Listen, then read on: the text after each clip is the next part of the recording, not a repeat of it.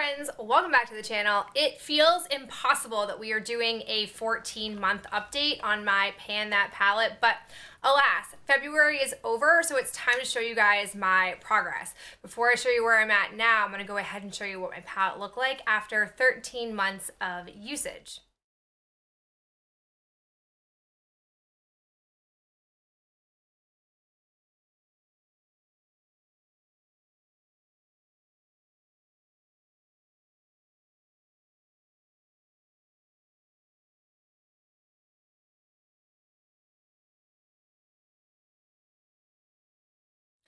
This is what my palette looks like after 14 months of usage.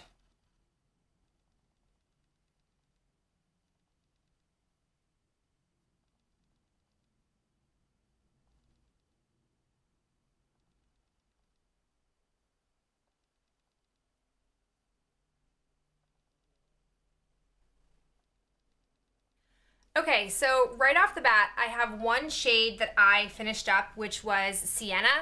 I really didn't have a lot left in the color, but I managed to work through it, which took up a bit more time in the month than I was anticipating. I also was gone for 10 days in February on a school trip, and I did not bring this palette with me. But if you notice here with Wisteria, I did manage to work through this last little bit here. So now going forward, my move will be to work more on the upper part of the shade.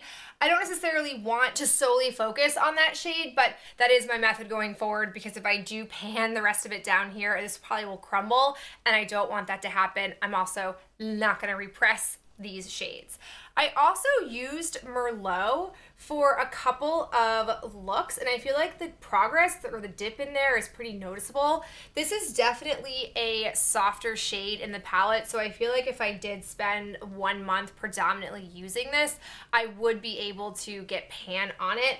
I definitely feel like Merlot and Dusty Plum, despite looking a little different in the palette, they do give off similar vibes on the eyes, especially if I mix it with the same lid color. The other discovery that I made this month was with copper. As you guys know, I was kind of on the fence about copper last month on whether or not I should keep it, pop it out, get rid of it. Well, it was suggested to me that I actually use copper in the crease and then take like a pink shade to use on my eyelid to give kind of like a rose gold look. It's actually what I have on my eyes today, and I loved that combo. And as soon as I gave that a try, I really stayed focused on copper. And if you look ever so closely, there is the tiniest little bit of pan showing through there that I got just this morning.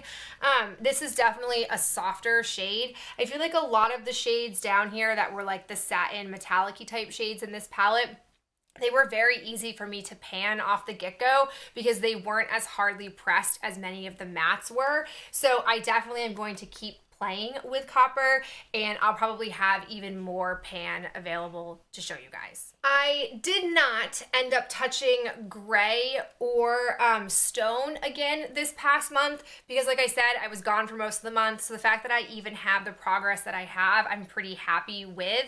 My plan for next month, for the month of March, is to come to a resolution with gray and stone.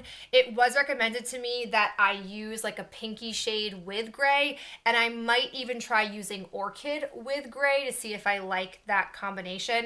But I do want to make a decision about that, so that way I can stay a bit more focused on working with the shades that I really, really love. And I'm going to keep working on copper because I've really been loving that combination.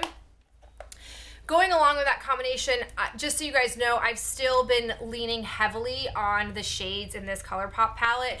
This is the pink color that I have been mixing with copper and loving. And then when I was still using Sienna, I was predominantly using this soft gold color with it. So I'm really happy that these shades are being really utilized alongside this palette. The other one that I have some progress to show you guys on is my Too Faced Matte Eye Classic Velveteen Bunny Cream color. I feel like it doesn't look like I've made any real difference since the last month, but I've really been like wearing down this side of the pan and trying to work more on like the upper part of it right here. So hopefully I'll start to have more progress in the future. But for now, it's just been a really good standby to have coinciding with my Lorac Mega Pro palette. But that's it. Short and sweet this month. Not a lot to necessarily talk about. I do hope you guys are enjoying seeing my progress still, and here's to hoping March is a really good month for usage. I appreciate you guys spending some of your day with me today, and I'll talk to you in the next video real soon. Bye.